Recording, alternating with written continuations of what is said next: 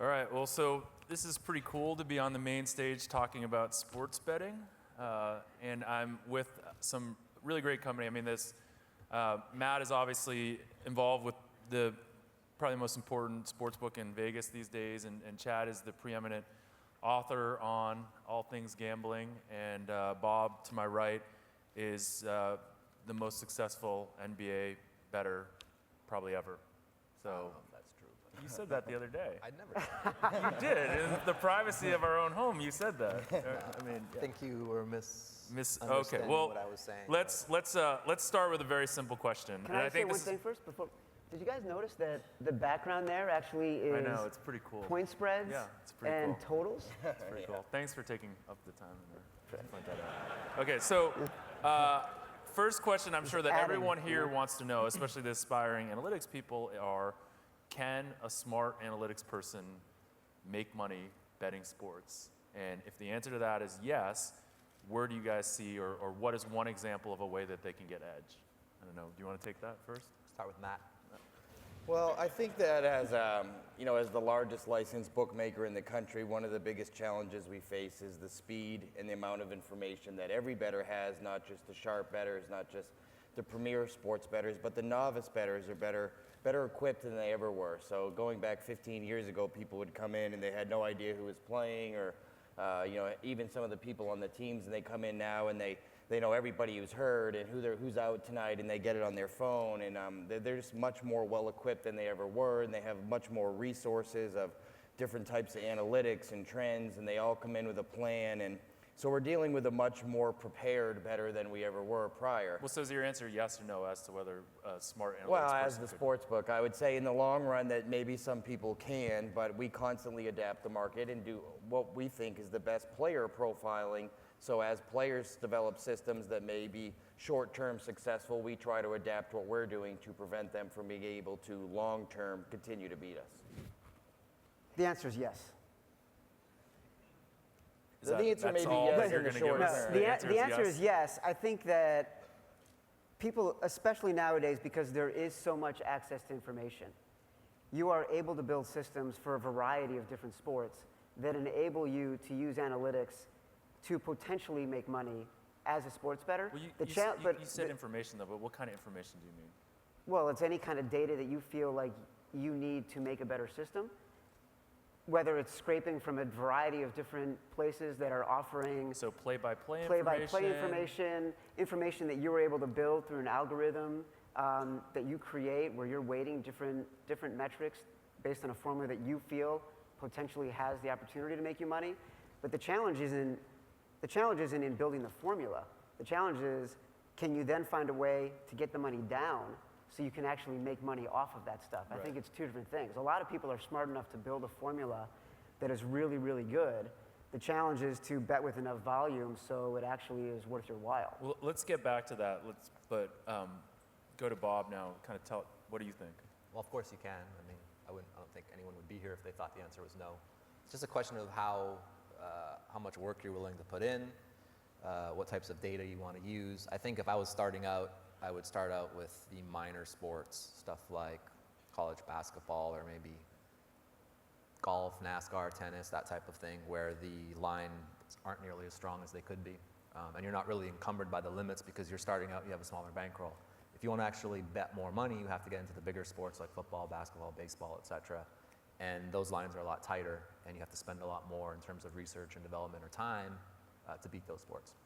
So you make your primary income through betting on NBA, right? I don't bet on any other sports. I just bet on basketball. And why did you choose the NBA? I just like basketball, to be honest. I mean, I didn't really start out saying, oh, I have a way to beat basketball, therefore I'm going to bet basketball. I started out saying, I really love basketball. I'm going to watch a lot of basketball.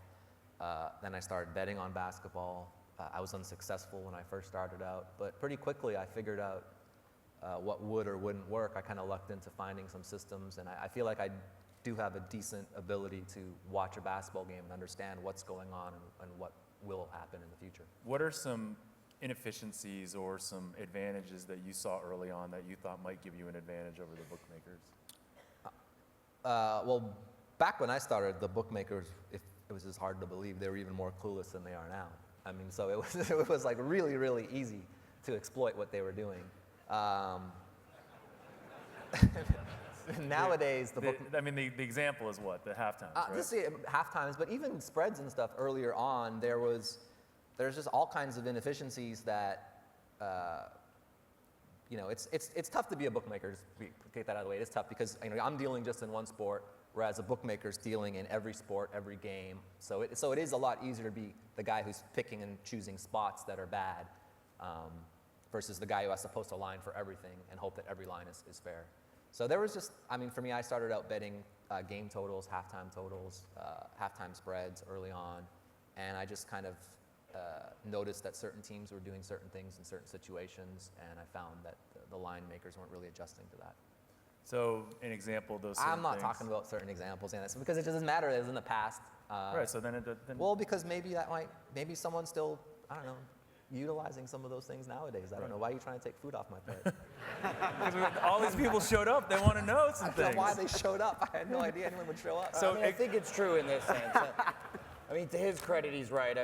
We have to post lines on every game, and what people need to understand is the myth that a sports book is trying to post lines that are there to predict the outcome of a game is wrong. We don't make lines to predict the outcome of a game. We make lines in anticipation of where the action will come on that game.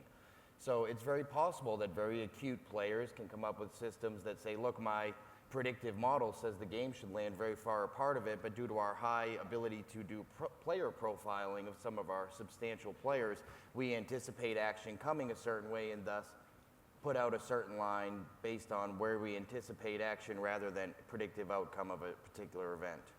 That was very confusing. So explain to me. What he's trying to say is that they're not really good at predicting the outcome, but they think they're trying to get a line that'll cater to their specific client base. And do you think that that's where the inefficiencies come from? No, I don't think so. I think that's, I think in general, regardless of whether you're trying to profile or not, if you do have a customer who's a square who's going to lose, do you really want to shade them half a point or a full point and try to bludgeon them over the head?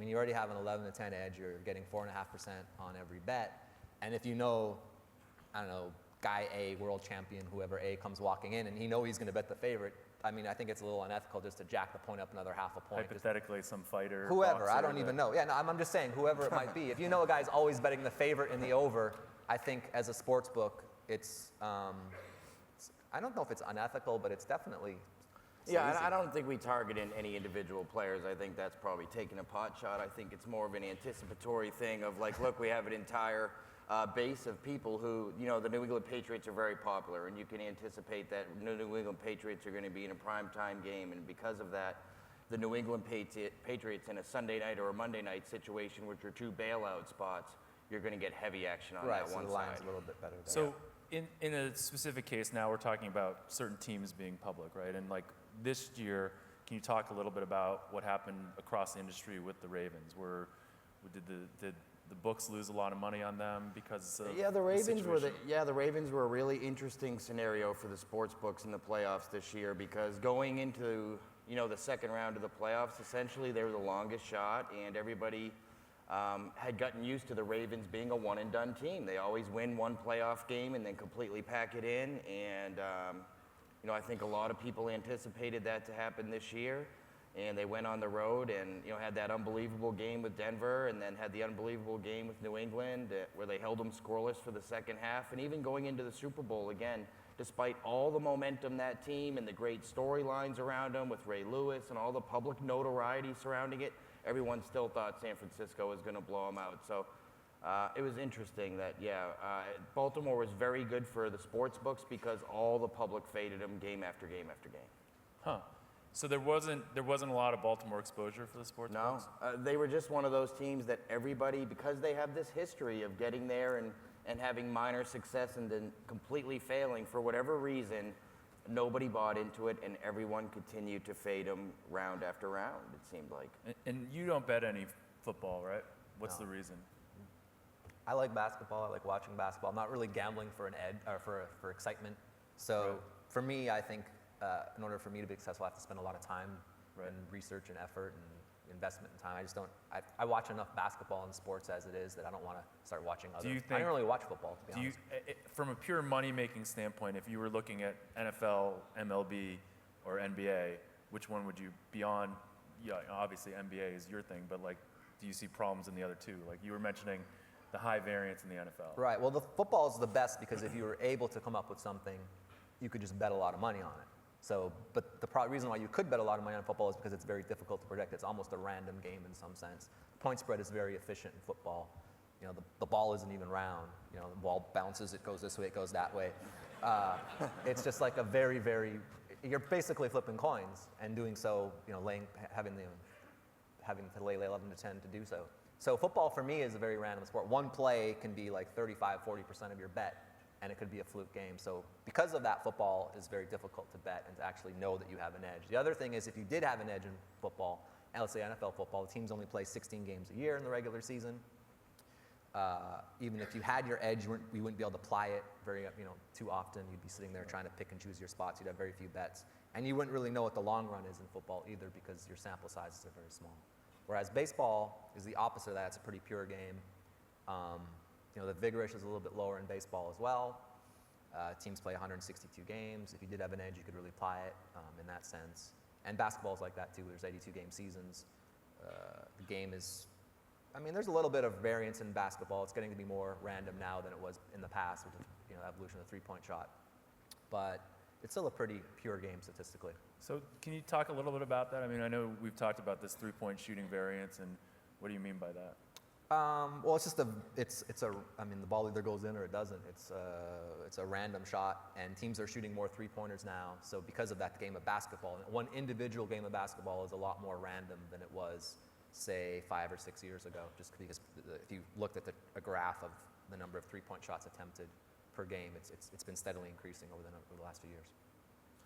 Now, as far as you go, you know a lot of sharp bettors. What sport do you think is the most beatable, or have you seen the most of your sharp bettors beat? Well, it's a lot of what Bob was saying earlier is about the games where nobody's paying attention.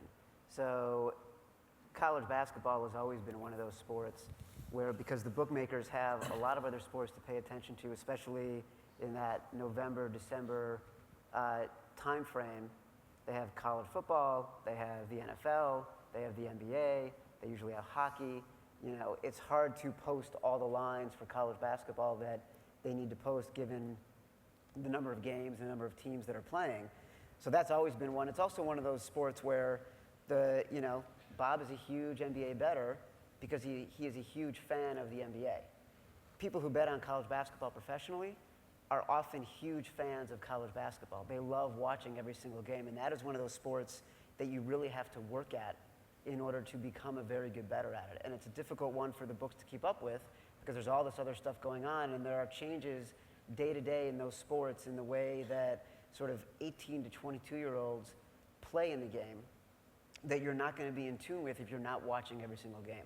So that's certainly one that a lot of guys I know look to find advantages in, but tennis is certainly one. MMA is one. Golf. It's like all these sports that are getting a lot more attention, and they are becoming much more available in terms of a market, are places where these guys are, bettors are going to be the first to market in finding the advantage.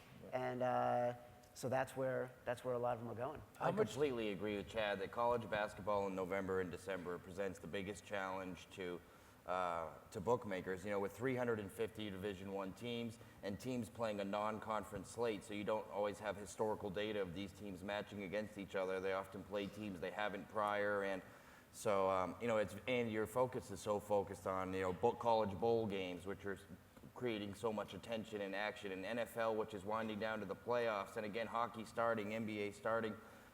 Sometimes you can lose focus on some of these smaller conference schools, and I think acute players can probably.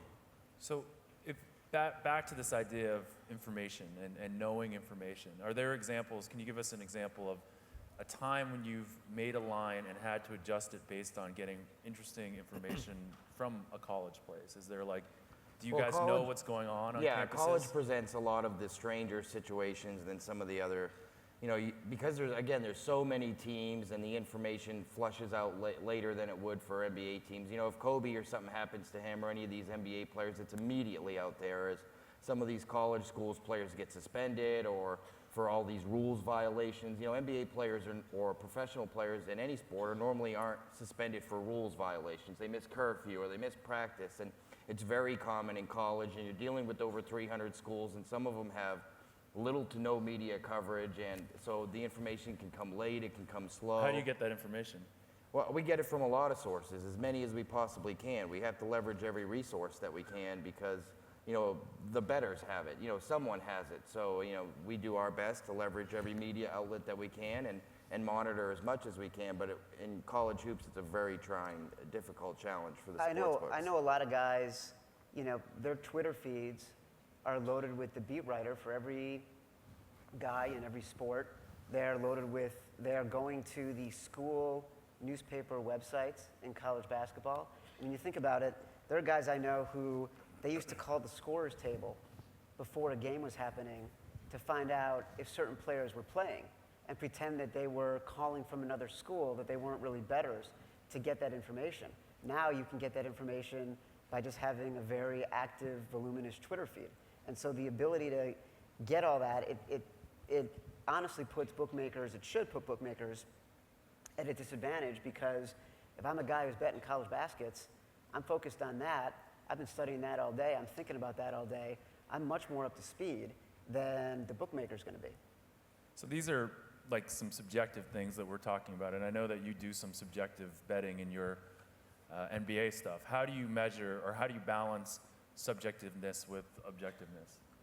I think it's good to have a baseline objective number on any game, and then with that, you can use your own subjectivity. The thing that people, you know, they talk about having data and watching a games isn't necessarily having data, but actually seeing something happen that you've seen happen, watching that with your eyes, collecting that information, that's data. It's just a different type of data. It's something that you internalize. So for me, I like to have a number for every game, which is what we have. The model spits out a number. And then I just kind of handicap the teams individually, or I handicap the model if I know the model's bad at certain teams or better at other teams, or it misses something. Give me an example of something it's missed recently that you've had to correct. I wouldn't really necessarily say that, but if you take a look at maybe like a team like the Lakers, for instance, this year, okay, they started out with one coach, then they had an interim coach, then they got a new coach who, you know, if you were to watch, sometimes I like to watch the Laker games for every reason. It's like interesting to watch. There's a lot of information about them. It's always usually the last game of the night too, so you can I'm always watching a Laker or a Clipper game, and so. You get this new coach who says they want to score 100. He actually came in and said he thinks his team's going to score 115 points a game. So coming in, now you have all this data from the Lakers a number of years, but now the coach says that we want to score 100. So there's a difference in terms of the data isn't necessarily, the data you have on the old coach isn't necessarily relevant to what the team is now. Then even given the team now, they decided somewhere along the lines with that new coach that they were going to slow down. You know, Kobe stopped shooting. He wanted to pass. He wanted to get his teammates involved. So that's something that a model is not going to be able to catch up to that.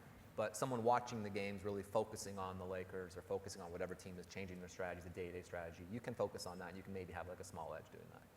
When Kobe decided not to shoot for 7 games, what happened to their totals?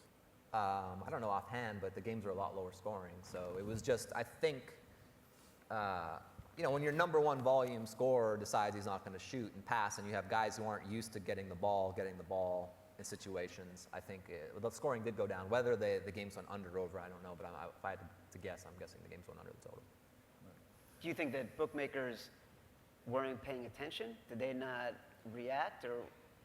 I was more talking to the fact that my model would spit out a number, and I would discount that and be like, no, this is a different team right now. You know, we predict the score is going to be 212 or something like that, but in reality, the right number would be 206. The actual sports books do a better job of recognizing those short-term trends than they do actually knowing what a good number is. So they'll overreact to short-term variance or short-term results.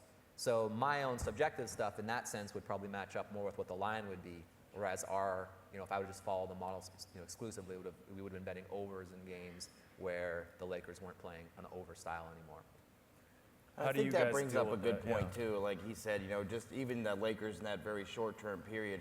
But you know, we constantly have to deal with tons of things every year that make older data irrelevant or make you say, look, this number is no longer relevant, like rules changes and style of officiating when they incorporate new rules or style of play, and you know, the rule changes in the NFL take a little while. Remember the hand checking rule in the NBA? It had a great effect for a few months, then they finally got used to calling it, and so I think it's really important that all those things are taken into consideration because your data necessarily doesn't. Well, so when you make a line Are there any times that you look at it not as the as the odds maker, but more just as a gambler and say, that's a bad line? If I were a bettor, I would bet one side or the other. Sure, I think there is, but I don't necessarily know that it's a bad line. Maybe there's some times where I can look at a line and say, boy, I would take one side or another side of a line, but maybe that line works out great for the house, even regardless of the outcome, because they predict, for one reason or another, that line is the line that will get them that equal action on both sides. Do you in a situation like that, do you hope that you're skewed?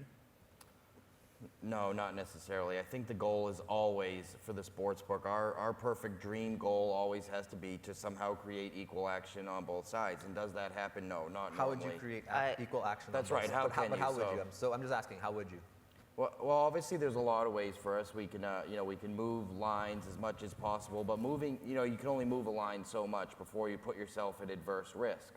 So, you don't want to leave large middle opportunities and adverse risk or ARB situations. So, you just have to try to do a good job of player profiling and know, hey, if I move the line to X, player Y is going to come and take the other side. If I was a bookmaker, my goal would be to have as many decisions as possible. Yeah, I gotta say, it wouldn't even be close because you're getting, you might lose, you have all this unbalanced action, but you're getting 11 to 10. I mean, it's so strong. 4.55% on the game is so much better than, I'm going to move the line half a point now, and now your edge just went from 4.55 to 3% on a full game total because now the number could fall in the middle.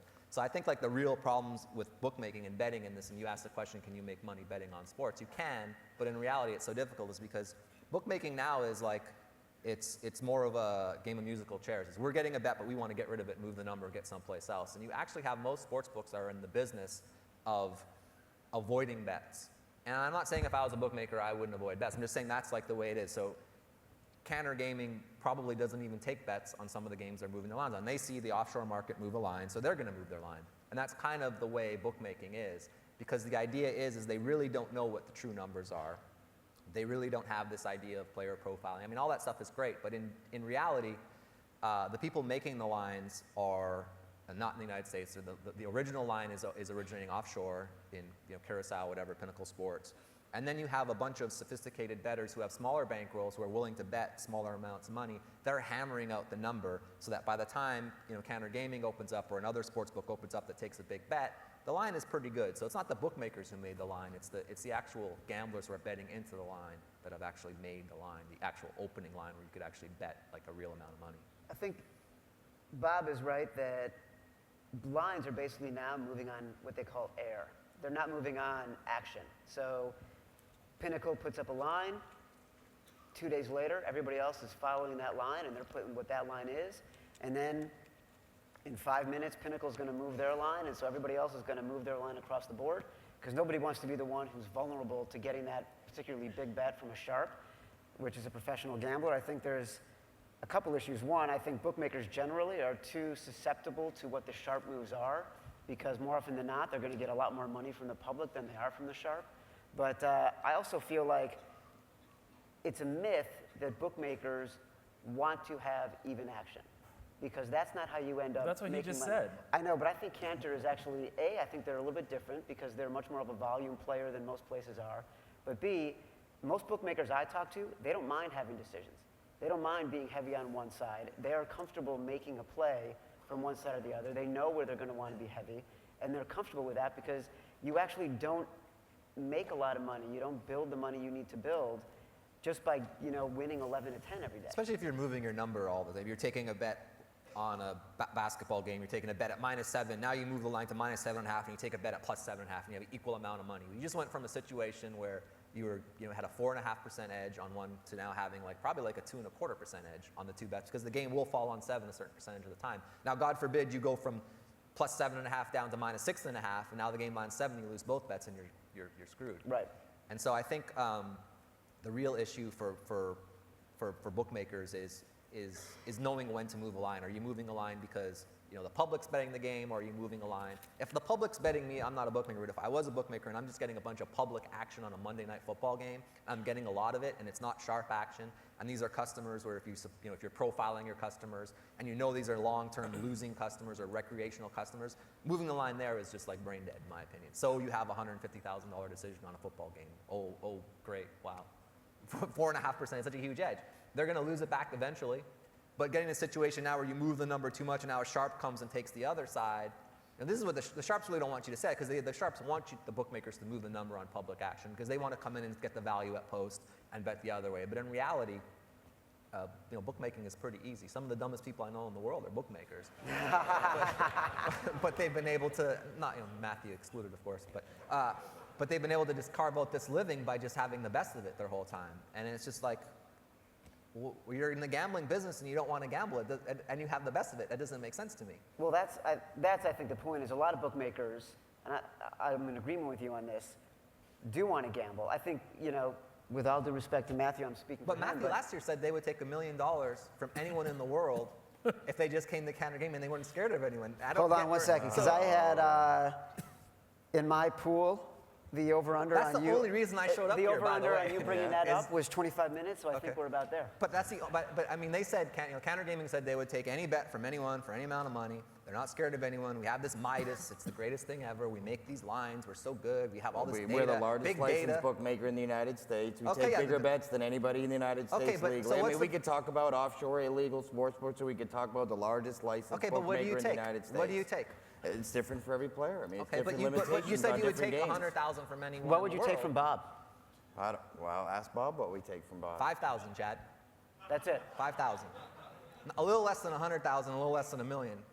But it's still a big bet. I mean, 5,000 is still a big bet comparative to other bookmakers. The Why issue would I you have take is more that- than $5,000 from Bob? It's not my decision what we take from Bob. But the Bob, issue isn't. if I was taking Bob's NBA action this year, I probably would take more than 5,000 from Yeah, Bob. maybe you would, but you still don't. But guess what? You still don't. So We probably should, though. well, let's do it right now. Let's come up to an agreement.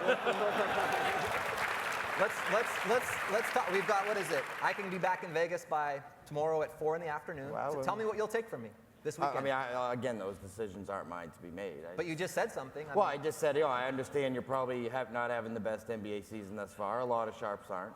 Okay, but I'll keep on betting. Okay, sure. It's We'll nothing keep if on not stubborn, taking it. so I'll keep on trying. All right, so let me ask a different question.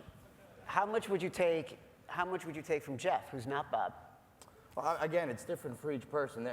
For each customer in each sport, and it also has not everything to do with the person individually as much as it has to do with the sport. A Sunday night football game where you're going to get millions and millions of dollars of action because the game's isolated and it's high profile and it's on national television means you can anticipate more money coming in on the other side or more money being distributed, which allows you to take bigger bets. It's not all isolated to a player. Back to what he was saying, which I find interesting, which is this idea, and if you read Chad's book, which is a great book, Thanks, buddy. It's a great book. You talk about this whole idea of bookmakers wanting uneven action and of, like you said, wanting to make decisions. Why don't you guys want to make more decisions? You just have a philosophy where you want, it seems like, and equating this to me, we used to talk about how the casinos were stupid for spending as much time as they did trying to catch card counters. Because the amount of money do that want we to take big them. decisions. They do. That's why they welcome someone who wants to bet 5. I mean, I give Canada a hard time. They'll take a small bet for me. But if you actually do want to go in and bet an ESPN Sunday night football game or Monday night football game, and you want to bet $250,000 5 minutes before post, they're probably one of the few places in the world that will take that bet. It. Yeah. So that part is. But that's a little bit different than we're not scared of anybody. We'll take $1 million from anyone to come on.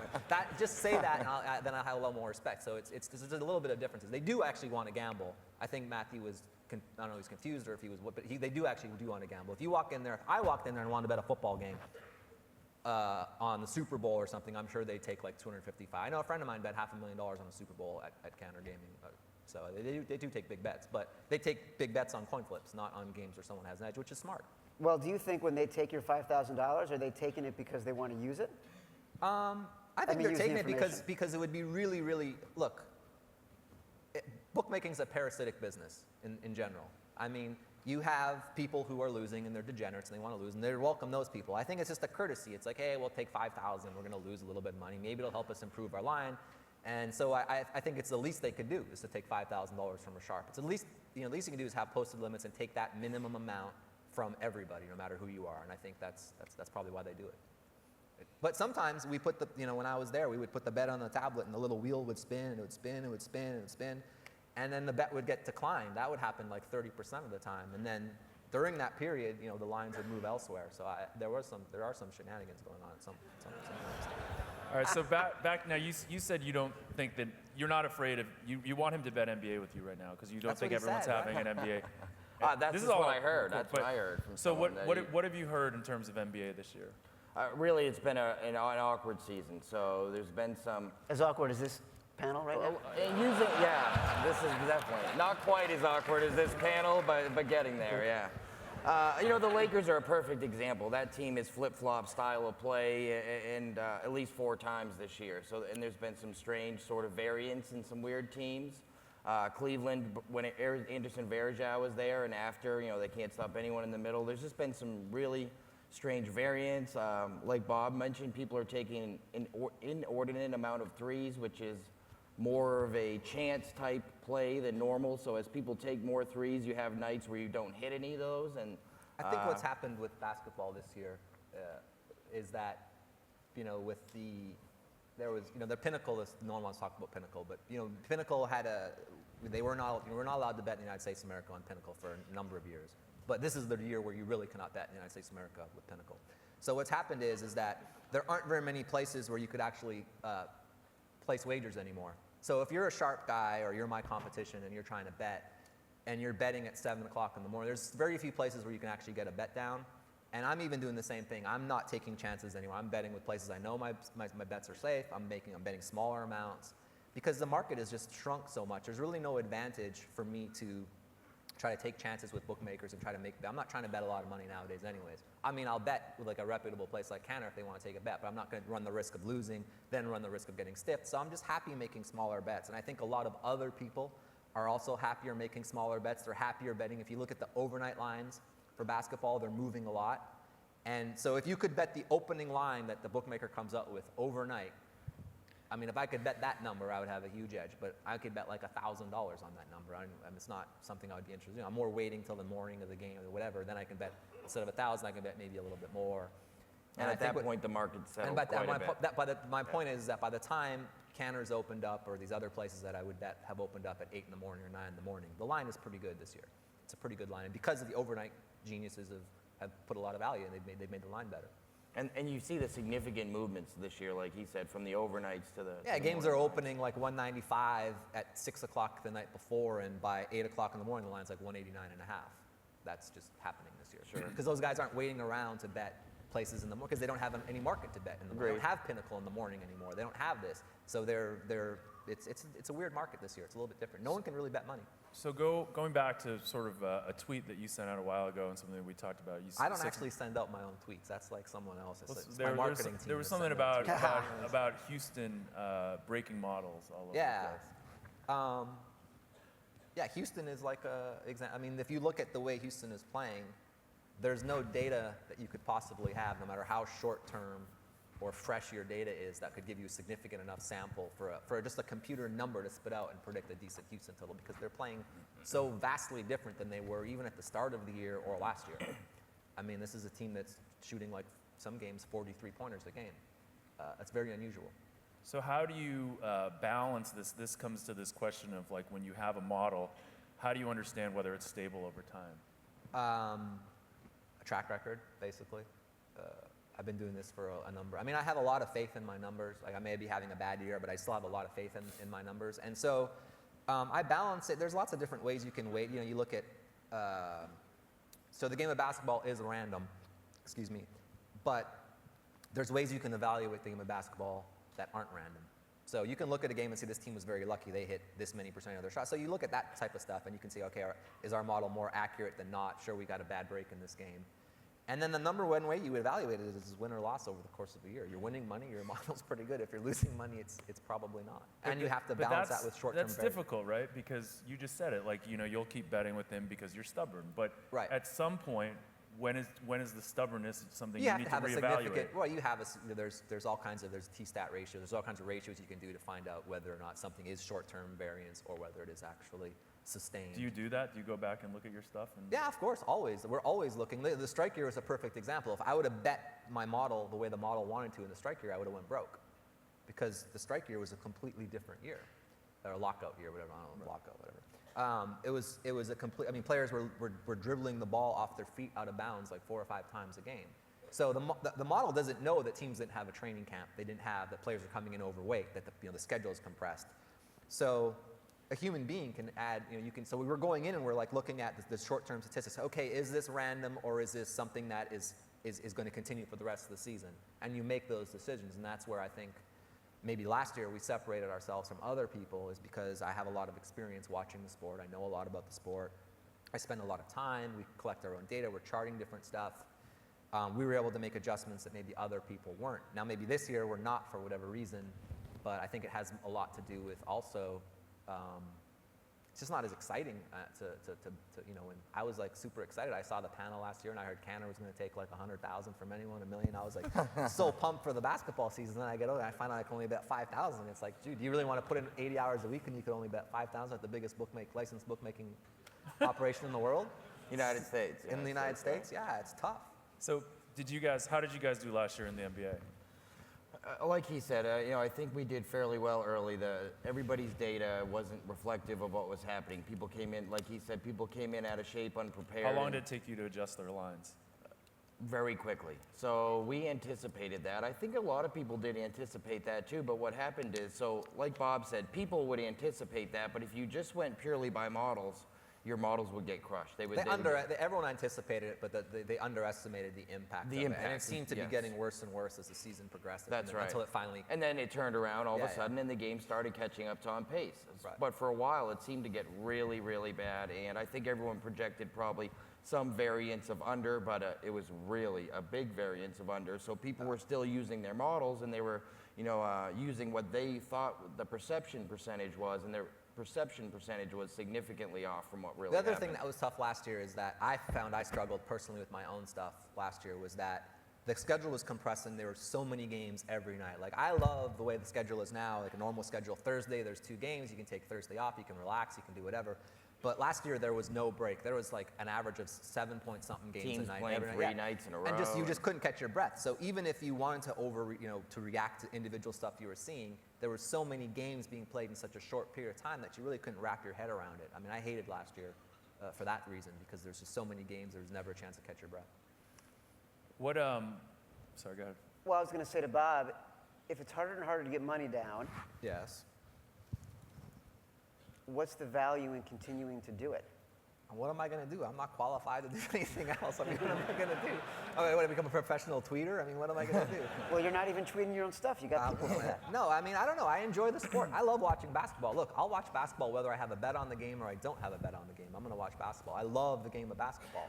So for me, it's the intellectual challenge of like beating someone and being right about something. So yeah, I may not put in as much time and effort because I can't bet as much money, but it's still, at the end of the day, you know you're right or you're wrong about something, and I do enjoy that. So some questions from the audience. This one goes to you, Matt. There has been noticeably less college basketball totals posted this year as opposed to past years.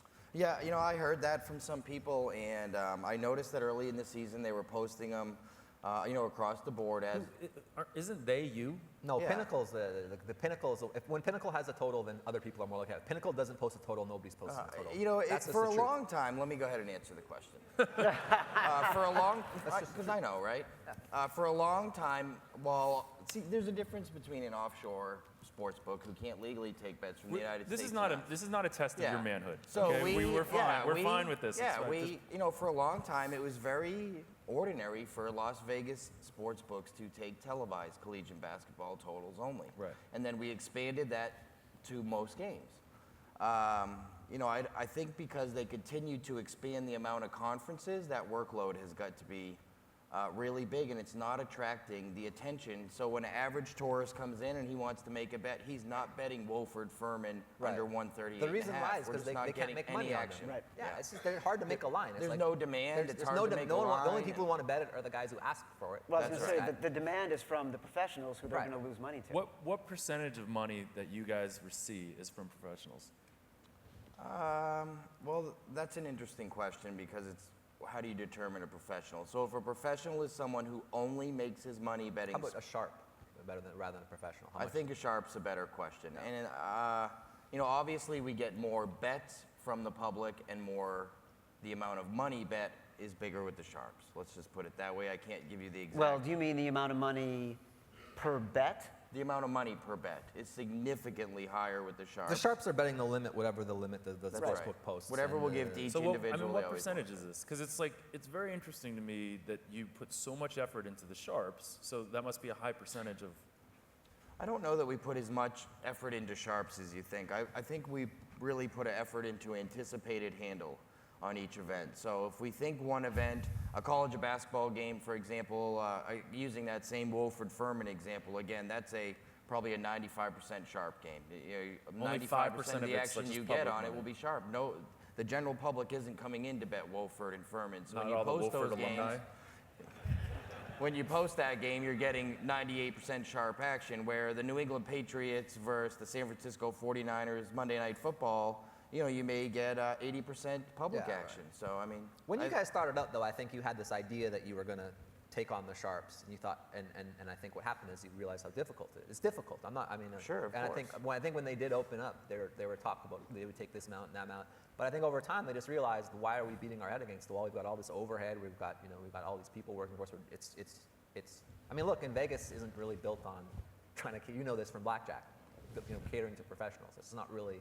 Well, I mean, like if someone would let me bet $5,000 on a blackjack hand, I'd be really happy. Right. So I can't even Yeah, get but how down. many blackjack hands are you playing an hour?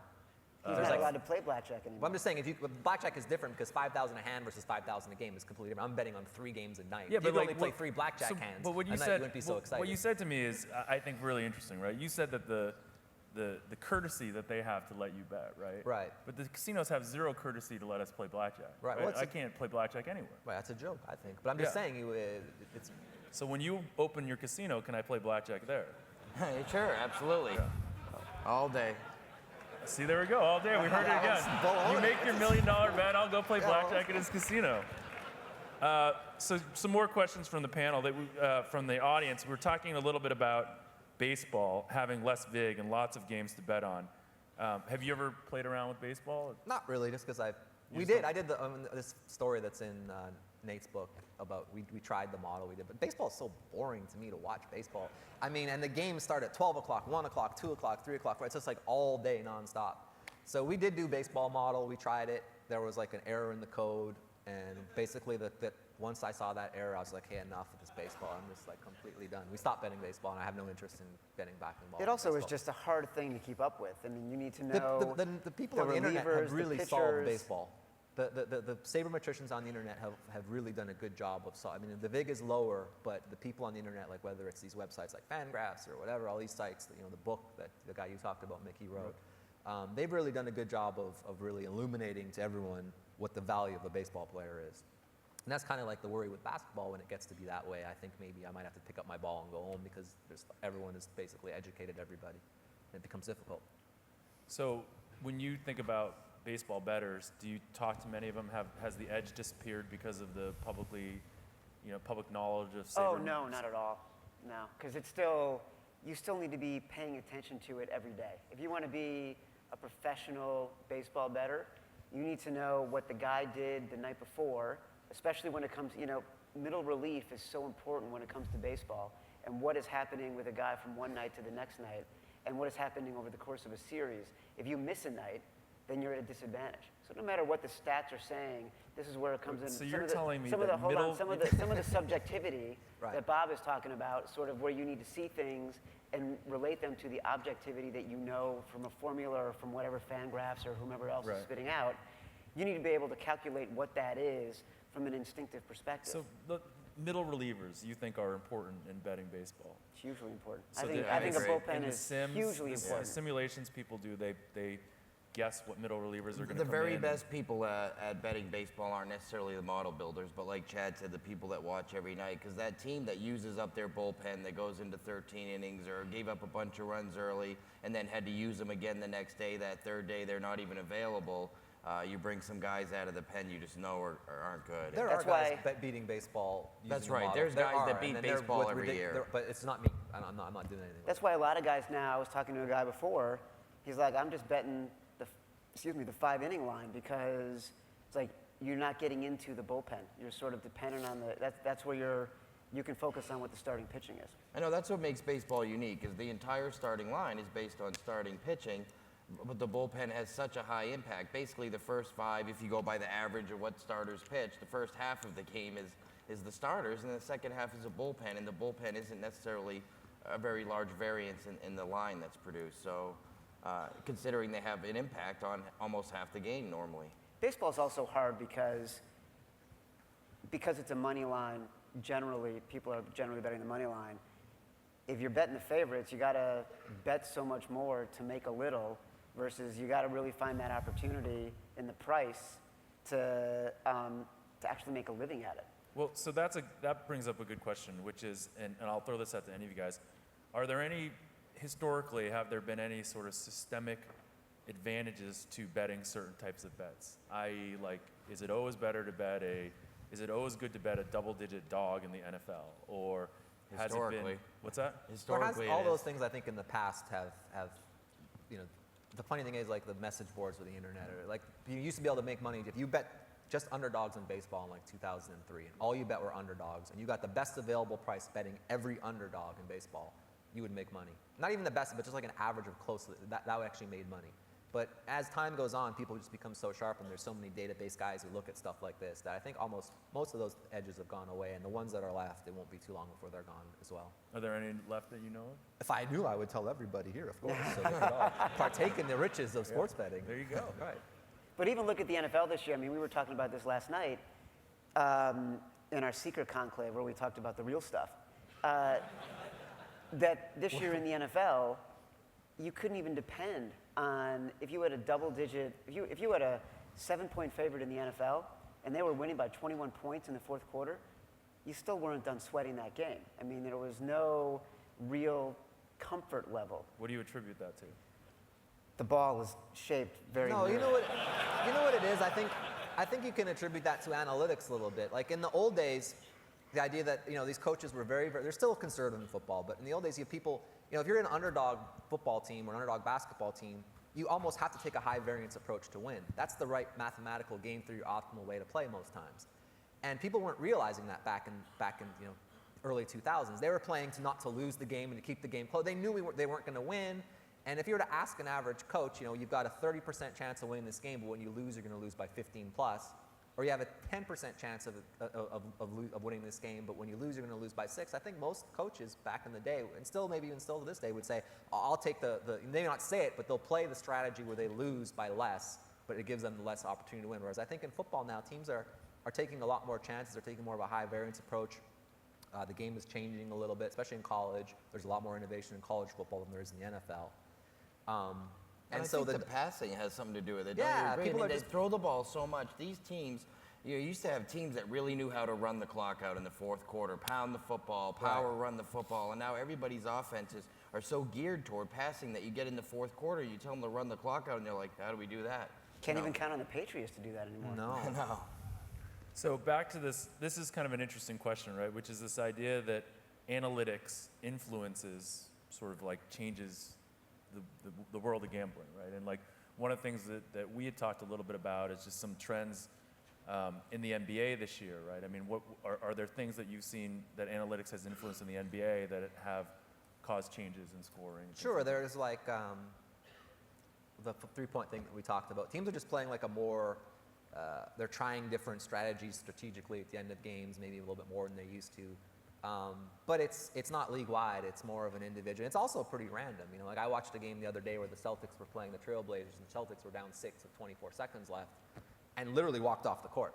Portland had the ball, and the Celtics just walked off the court down 6 with 24 seconds left. Then the next night, Toronto was down 9 with 16 seconds left, and they were rushing to foul the guy. So there's just like, sometimes I think it's just it's a weird situation. So I don't know if that's necessarily something that analytics is changing. Maybe Toronto has an analytics department that says, we're going to foul more and try to extend the game. Or maybe Boston's just like, look, we're an old-ass team who plays tomorrow. They're just going to go home. Just going to go to the club. Yeah, we're just going to go to sleep. Forget about going to the club. We're going to go to sleep. Do you see changes, like specifically around the NFL that we're talking about? We've all said it, right? Scoring's up. I mean, Yeah. you don't need to be A a genius, saber, yeah. to know that scoring's up. Do you see that trend continuing? Like, how have you guys adjusted to that? I mean, Like Well, there's it's certain teams like the Saints and the Packers and whatnot. I actually do think it will continue to trend up for a little while. I mean, how much can it trend up? But they just continue to make rule changes every single year to give the offense more advantage and affect what the defense can do. And some of them are genuinely made for safety. And I think they're all actually genuinely made for safety with the NFL and the scrutiny that they're under now. But some of them are giving a real detriment to the defense. And the problem with the defense is they've been taught one way their entire careers, and suddenly they're inflicted with these rules changes that affect the way they tackle and cover people and when they can put their hands on them, and it's giving a lot of advantages to the offenses, and we're seeing it in the passing game. So I imagine until these rule changes all get settled and people start really getting adapted and have been able to use them in college or longer in their careers, then you'll probably continue to see an upward trend for the short term at least. So do you think that models built on historical data need to look back how many seasons in the NFL? Well, I don't want to tell anyone how to build a model, but I think no matter what model You you're don't know how to building, build it. you should learn how to build a model first before you tell should someone. probably how you weight your older data is, you need to be careful how you weight your older data. Right. And especially in the NFL, which is a rapidly evolving league, I think Major League Baseball stayed fairly consistent in what they've done. They don't have a lot of rule changes. The umpires, the way they call balls and strikes, haven't changed much. So your model's probably stayed fairly, viable over the last 5 years. But if you had a 5-year equal weight model in the NFL, you'd be like, oh my God, it'd be The issue all also over is the place. your 5-year model in baseball is going to have 5 years times 162 games. That's right. Per team, whereas the 5-year model in football is going to have 16 games. So how would you advise someone To build build a model in the football? NFL? I'd do the thing where they put the dog food out and they give the dog a chance to see which ball he wants to come out. I mean, the NFL to me is just so random. I don't know. I'm sure people beat it and they're really good at it, but to me it's the most random. I watch the game and it's the most random thing ever. Well, you know what's interesting that people do, and I don't advocate doing this, but they base they build models around situations. And so you have, situational betting that people do. So over the past 35 years, when X happens, Y is the result. That's not a model. That's a situational. That's not a model. That's a It's situational handicap. completely situational, but that's What do the you think a closest thing situational to handicap? what you can do with the NFL. I think it can be good. I mean, if you're smart enough to know what is random and what isn't random. I was a situational handicapper. I made all my money being a situational handicapper back in the day. I wasn't using Explain what a situation might be. I don't know, Team X maybe would play a certain way against a team they rated to win against versus a team they rated to lose against. They play different styles. So I don't talk about specific teams. I'm not trying to give you good. I'm just saying I just want them to understand what situations. So mean. in football, maybe in It's situations. like they lost the game the night before. and now No, they're it could playing be like different. it could be like a football team that's a 17 or 14 point dog in the NFL. Some teams might play a lot lower scoring, a lot more patient. The type of thing where the coach says, look, in the second half we're down 20. A good one is in football, in the second half of a football game. Team's down 24-0 at the half. Some teams situationally will say, okay, we're going to try to play fast and get back and throw the ball. And some teams will just run the ball and just give up. That's a situation that I think is valid betting second half football. Certain teams, how they relate and how they decide to play in the NFL based on what the score of the game is at half, how close they are or how far away they are in terms of being able to compete. That's something. The Patriots are a good example. The Patriots for a number of years when they were up big would just completely shove the ball down the other team's throat and just obliterate them. Whereas the Steelers would just run the ball and run complete 40 seconds of play clock every time and use the full play clock. And so those second halves generally went under more than over when the Steelers were winning big versus when the Patriots were winning big. That's a situational handicapper. Do you guys worry about, or do you have situational stuff in your models much? Yeah, second halves are really, I think halftime wagers, especially in the second half, are obviously the most vulnerable situation for sports books. And like Bob mentioned, those games where the first half is way out of whack with what the whole game line should have been is where you can become vulnerable and you have to kind of make a gauge as to what's happening in the game at that point. It's very tough to make a line, too. You're having to put the line up within 35 to 40 seconds. That's and right. then the bettor can sit there and wait 15 minutes to decide when he can do his research and decide whether he wants to make a bet. I thought that was nice of him that he supported you like that. Yeah, we're warming up to each other. We're warming up to each other. We just met yesterday. I think he's a great guy. I'm just disappointed because I literally flew all the way out here because I saw this To panel. bet $1 million. The guy said he would take any amount of money. I was like, I gotta come back from Europe and get to this panel because I might have to move to Vegas, move back to the United States. Forget about Europe. I was hoping you'd bring like a case. I'd have to borrow. I'd have to find some investors. He already said I'm losing all my money this year betting on basketball. So I'm hoping to meet someone here We who could will take up a bankroll me. collection right here. Does any audience people have a question at all? I guess he does. This is for the football guys mostly. With the trends the last couple of years, do you think that giving a home team 3 points, the strategy is antiquated? It seems like more and more road teams are coming, especially. So Are the you question, talking hold on. just The question, NFL? the question is the traditional 3 points for home field, is that an antiquated notion now? No, I don't necessarily. Maybe in the NFL, it seems like it in the last couple of years, it sort of had an abnormality in the amount of road teams covering against favored teams, and the distinction may be out of line with what a longer model would produce. But I think in collegiate football still, I mean, there's nothing like a home field advantage. I think in the NFL, the answer is yes, depending on the team. The home field for the Jacksonville Jaguars is not worth 3 points, but home field for the Packers is still worth 3 points or maybe more. And I think that what you're seeing is certainly bookmakers I talk to are understanding that a little bit more, and they are weighing that a lot more heavily because they recognize no one's going to those games, and there's no advantage to playing at home there. So why automatically give them the 3 points? They're being much more proactive about that. What sports scare you the most? What sports scare us the most? Again, I think one of the most obscure difficult sports for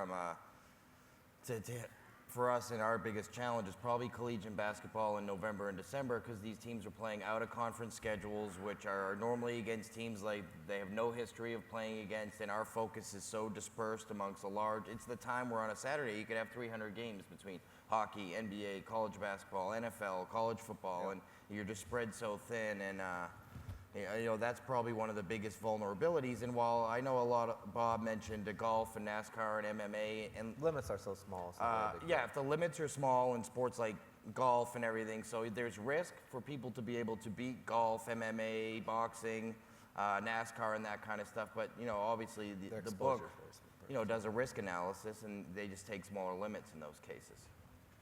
Any other questions from the crowd? Yeah. Someone in the red over there. Yeah, go ahead.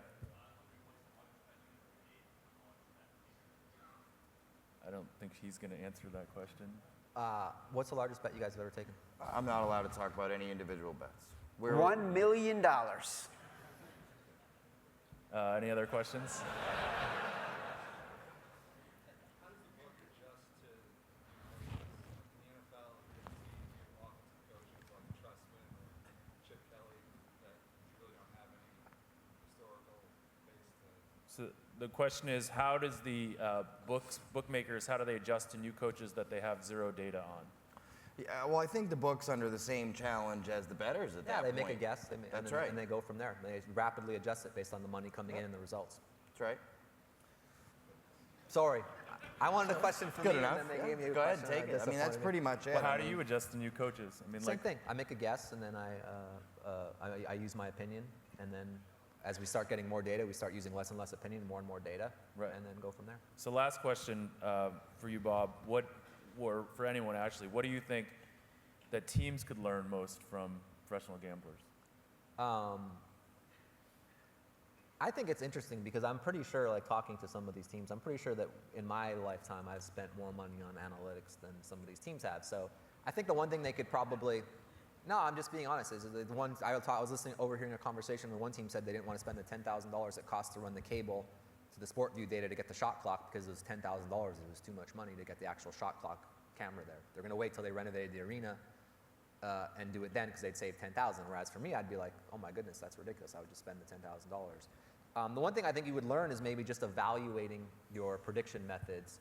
All these teams are running models and doing stuff. They need some way of evaluating it, and a good way of doing that is to evaluate against the point spread, is to look and see if they're able to come up with a model based on players' worth and then test that against a point spread, and they're actually able to break even or do well against it, then they know their model is probably decent.